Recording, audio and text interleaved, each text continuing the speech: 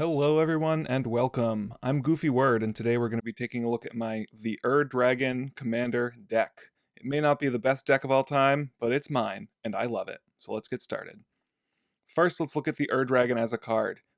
The Dragon is a 5-color commander. It is 4 white, blue, black, red, green, a massive 9 mana for a 10/10 legendary creature dragon avatar. It has Eminence. As long as the Dragon is in the command zone or on the battlefield, other dragon spells you cast cost 1 less to cast. It also flies and says whenever one or more dragons you control attack, draw that many cards, then you may put a permanent card from your hand onto the battlefield. To get started, the Dragon by itself is an incredibly powerful card. Just having access to the Eminence ability throughout the game means that you are getting value whether or not you've cast your commander. Why would you want to play the Dragon? First of all, 5-color decks can be very fun. There's a lot of managing your resources and making sure you have the right tools for the job, and you have to be managing your lands, managing how much each card costs, and making sure you can cast your spells. The Dragon, as I mentioned, can have an effect on the game even from the command zone, which is pretty rare and very powerful. A single cast of the Dragon often changes the entire game. It doesn't matter if you can give the Dragon haste, although ideally we'll be able to, because just having other dragons attack means you're going to get to draw cards and put a permanent into play. The Dragon does have some shortcomings, however. It's a very expensive mana base. We're going to talk about lands in just a few minutes, but you're going to want to be able to buy the best lands to have a truly efficient deck. It's very possible to play a 5-color commander deck without these lands, but you're going to be taking a hit in terms of efficiency. Often your spells are going to come a turn later because your lands are going to come in tapped, or you won't have access to the right colors at the right time. If you don't like dragon decks or tribal decks in general, you probably don't want to play the Dragon either. It kind of goes without saying, but hey, it's a fun commander, so I'll take what I can get on the Why Avoid. Eminence also is a bit of a feel-bad mechanic. Your opponents might get frustrated at the fact that you're getting that consistent 1 less to cast even while the Dragon is off the battlefield. Early in the game, it doesn't make too big a difference, but when you get to double spell 2 dragons and it doesn't seem like it should be possible, it does feel a little bit like cheating, and your opponents might not like that. In this video, like my last one, we're going to talk about some of the key parts of the deck. First, the lands and the mana base that make your spells possible, and then the ramp that's going to actually allow you to reach those higher, expensive spells. Then we'll talk about the dragons we're actually casting, the Haste Enablers that ensure we can actually attack with our big threats, Boardwipes and how to maintain the pace of the game and allow you to get to the late game so you can dominate, ending the game. So I like to end the game a certain way. There are plenty of others, and often it's just beating down with dragons, but we'll take a look at a couple cards that help facilitate that, and a couple of cards that I have designated as the MVPs of the deck. Let's take a look at the lands. A 5-color mana base is one of the worst parts of playing a 5-color deck. It's fun to cast spells, whatever spell you want in any color, but it's also quite challenging to make sure you have enough colored sources of all 5 colors. In a perfect world, you're going to be playing fetch lands, shock lands, and dual lands. Fetch lands like Arid Mesa, Misty Rainforest, and Wooded Foothills can fetch up basics, but they can also fetch out lands that have basic land types. As of recording, a full set of 10 fetch lands is going to cost you $410. Yikes, that's like 3 full commander decks. Shock lands are a lot less expensive, and they can come in untapped. Things like Godless Shrine, Watery Grave, and Blood Crypt are going to give you access to 2 colors, and you have the flexibility to pay the 2 life, or just let them come in tapped if you don't need access to the mana right away. These are, quite importantly, also fetchable with the fetch lands, so the fact that they have land types means that you're able to fetch them out of your deck and get exactly the right colors for the situation. If you can't go that route, there are many other land cycles and options, but typically they have other downsides. One very new option is the set of triomes that came out in Ikoria. These lands have land types, which means they're fetchable, and they even tap for 3 different colors, and they even have cycling for 3 mana. Those are a lot of upsides, but they're always going to come into the battlefield tapped. These are a fantastic choice, but just be aware of how many tap lands you're playing, because it can slow you down when you need to cast your spells. These Tango lands, the lands that came out in Battle for Zendikar, are okay. The fact that you need 2 or more basic lands means that frequently they are going to come into the battlefield tapped, unless you play them very late in the game, or you have a lot of basic lands. But they do have land types, which is a huge help, and they're very affordable. Isolated Chapel and the other check lands are going to make sure that you already have a land that could tap for one of their two colors. So in this case, if you already have a plains or a swamp, you're in the clear. The problem is, we typically don't have too many spells that cost double or triple pips, so you're probably going to want to get lands that are going to tap for different colors, which means frequently these are going to come into the battlefield tapped, and they don't have land types. The guild gates are definitely at the bottom of the acceptable options. They will always come into play tapped, and they don't have land types. One fun thing you can try to do is turn your Ur-Dragon deck into a Maze's End deck and have access to a surprise win condition. The Battle Bond lands that came out a couple of years ago are a lovely choice. They don't have land tap types, but in a Commander game, they're almost always going to come into play untapped. The problem here is, well, there's only 5 of them. This is an incomplete cycle. There are plenty of other good choices as well. These are just a few of your options. But again, shocks and fetches, though expensive, are pretty valuable in this deck. Let's talk about the mana rocks that are going to help you get up to speed and cast your big, flashy spells more quickly and allow you to take over the game. As we were discussing with the lands, your mana rocks need to be flexible. It's become a quick staple, but Arcane Signet is going to allow you to tap for any color because the Ur-Dragon has all 5 colors in his color identity. This means that Arcane Signet is just straight up 2 mana tap for anything. This is a very powerful effect in this deck. Chromatic Lantern might be the best mana rock in the deck because not only does it tap for any color, but it's going to allow your lands to tap for any color as well, which means that you no longer have to worry about your color restrictions. There are some color-intensive cards in this deck, and often you're going to end up looking at your hand and realizing you just don't have the sources you need to cast your spells. Urza's Incubator is one of the most powerful cards in the whole deck. It's a 3-mana artifact that reads, as Urza's Incubator enters the battlefield, choose a creature type. In this case, it'll be dragons. Creature spells of the chosen type cost 2 less to cast. Imagine the nightmare of having Urza's Incubator and having the discount from the Ur-Dragon, so your dragons cost 3 mana less, only to realize you still don't have the colored lands you need to cast any of your spells. Dracuseth is an amazing card, a 7/7 for 7 that can basically wipe an opponent's board when it attacks, but if you don't have 3 red pips, it's just basically a paperweight. Same for Dragon Broodmother. This card can also take over a game by putting an army of dragons into play on your side of the battlefield and even growing them as the turns pass. However, it's got 3 red pips and a green pip, so you better have your lands in order. One mana rock that I think is criminally underrated is Coalition Relic. This card is very strong in Cube, but it's also quite good in Commander. It's a 3-mana artifact that taps for any color, but the important thing is you can also tap it to put a charge counter on it, and then at the beginning of your first main phase, you can take the charge counter off to add a mana of any color, meaning that you can have this tap for 2 mana if you use the charge counter mana and you tap it, and it can be of any color. So it's ramp in 2 different forms. You can save it, or you can use it every turn just as kind of like a Chromatic Lantern. Let's look at the dragons we're actually going to be casting. Just like in my Omnath video, there are many threats that you could play, and I've just chosen a few of my favorites to highlight. Utvara Hellkite is an 8-mana 6/6 flying dragon that says whenever a dragon you control attacks, create a 6/6 red dragon creature token with flying.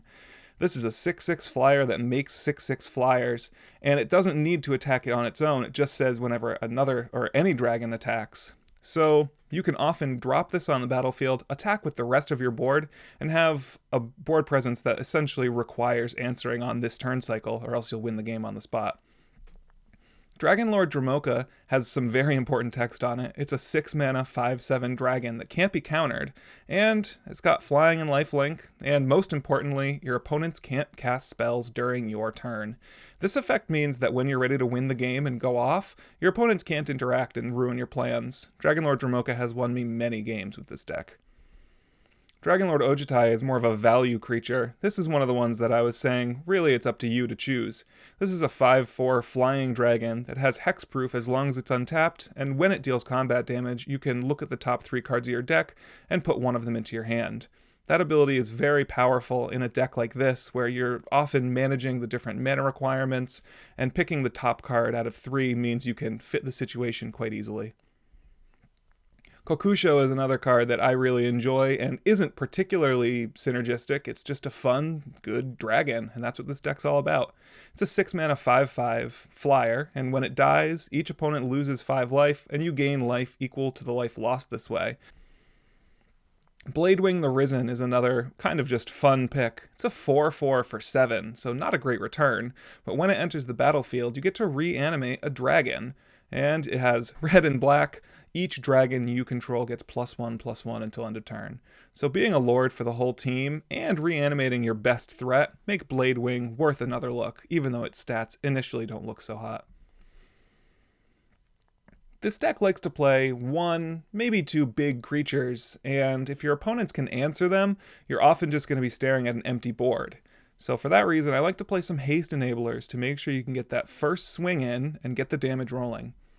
Dragonlord Kolaghan doesn't look like a good fit for this deck because its major ability is about opponents casting spells that they've already cast, and that's never going to happen in Commander. But it is a 6/5 flying haste that says other creatures you control have haste, and that is good enough for this deck. A little later we'll look at how I like to end the game, and Dragonlord Kolaghan is a huge part of how that happens, just by granting haste. Dragon Tempest is a card that's going to allow all of your flying creatures to gain haste, and whenever dragons enter the battlefield under your control, it deals X damage to target creature or player, where X is the number of dragons you control. Being able to cast a dragon and use this Dragon Tempest trigger to kill a planeswalker or just kill a problematic creature or even go face is very valuable. It's kind of similar to giving your dragon double strike, but that's a bit of a sketchy analogy. Temur Ascendancy is a 3 mana enchantment that simply says creatures you control have haste, but it has extra text of whenever a creature with power 4 or greater enters the battlefield under your control, you may draw a card. Almost all of our dragons and creatures have power 4 or greater, so this is pretty strong in our deck. It's a 3 mana haste enabler that's also going to draw several cards over the course of the game. Now, like I said, this deck frequently only has 1, 2, or 3 creatures on the battlefield, and that means that when your opponents are going wide, you're going to need ways to reset the board. Of course, Cyclonic Rift is good in any deck that can play it. This 2 mana instant can bounce a single non-land permanent, but most of the time you're going to cast it at your opponent's end step for its overload cost of 6 and a blue. That way you get to start the turn with a completely blank board, except for all your goodies. Divine Reckoning is a pretty underpowered board sweeper, but it has 2 pretty nice things going for it in this deck. First, you want to keep one of your creatures, so the fact that it says each player chooses a creature they control, destroy the rest, actually means you're probably going to end up with the biggest threat on the board. Plus, your opponents might like the fact that they get to keep one special little trinket as you destroy them with dragons. The second benefit of Divine Reckoning is that it has flashback, which sometimes this deck needs more things to do with its mana, and just being able to cast a board wipe from the graveyard late in the game is pretty powerful. Last One Standing is a cute little card that I enjoy. I don't think it's very good, but I do like playing it quite a bit. This is 1 black-red for a sorcery that says choose a creature at random, then destroy the rest. Sometimes you're going to get lucky and your dragon might be the last one standing.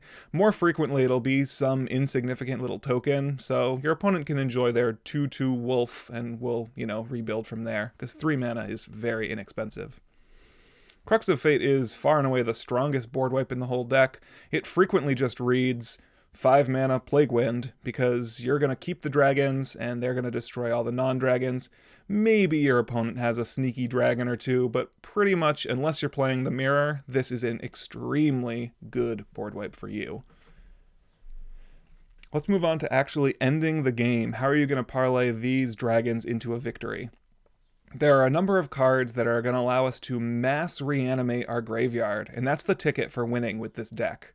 Living Death is a 5 mana sorcery that says each player exiles all cards from their graveyard, then sacrifices all creatures they control, then puts all cards that they exiled this way onto the battlefield. It's kind of a clunky wording. It just says put your graveyard onto the battlefield and sack the creatures that were already there. Often, if you have a Haste Enabler, though, that just wins you the game. Patriarch's Bidding is a very similar card. It's also a 5-mana sorcery. It says each player chooses a creature type. We'll be choosing dragons.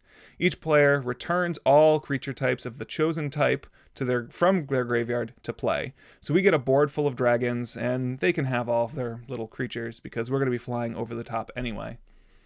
Thrilling Encore is absolutely a pet card. This card is similar to Last One Standing. It's probably not quite good enough, but it is kind of another effect that does a similar thing to Living Death or Patriarch's Bidding.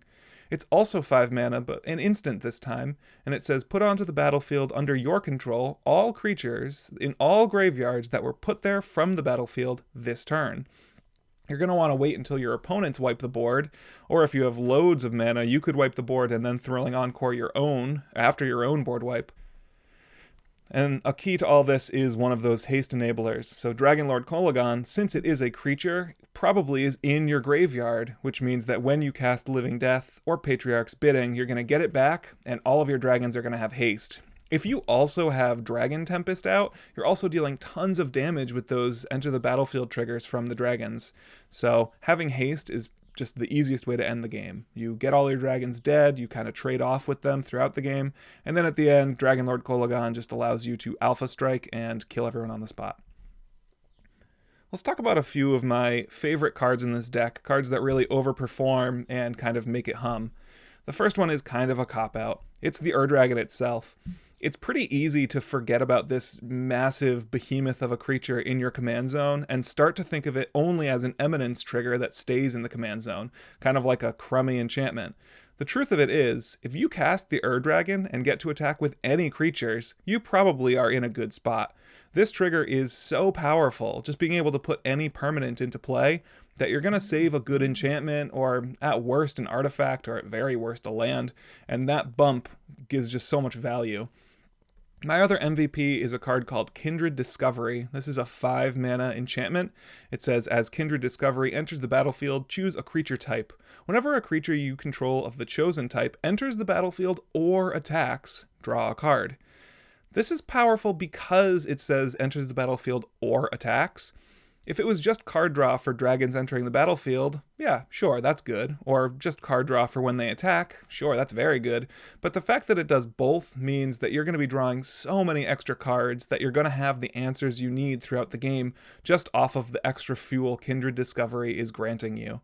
It's not uncommon for this card to draw you 10, 20 cards before your opponents realize they truly must destroy it, or else you're going to run away and just take over the game with card advantage. Thanks for watching. You can always check out the full deck list below and take a look at what you would do differently. Leave a comment with what cards you would play instead. What dragons are way better than the ones I'm playing, because I know I have some clunky ones that just are kind of fun. You can also leave some constructive criticism, and like and subscribe if you'd like. Thank you for joining me. I'm Goofy Word. Have a great day.